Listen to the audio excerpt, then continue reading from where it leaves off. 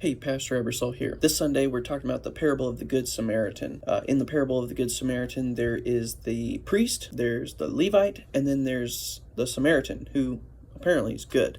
And so what makes him good, though, is he's actually the guy that actually stops and helps a dude who got totally beat up. So here's how the story goes.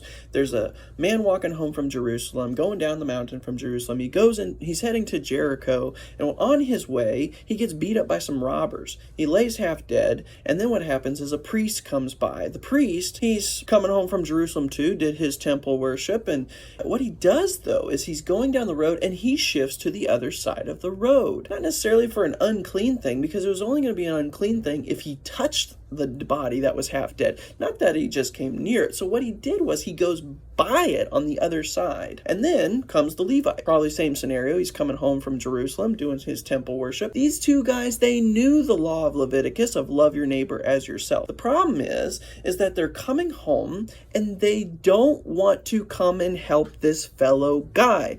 We don't get anything that he's a Samaritan on the ground. We don't get anything that he's a bad dude. He's just half dead, and they don't want to help them. And then you get the Samaritan. The Samaritan of all people. This guy comes by and he sees a Jew who's not part of his people. They were as far as the east is from the west from each other. The Samaritan stayed over there. The Jew stayed over there. And now you see a Samaritan stop and help. Now you tell me, who are you in the text?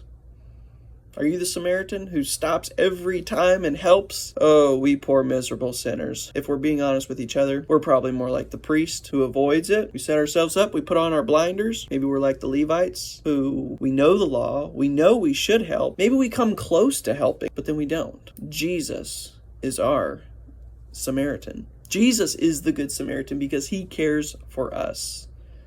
He washes us. He feeds us. He brings us not into the inn, but he brings us into the church where we continually are fed and cared for.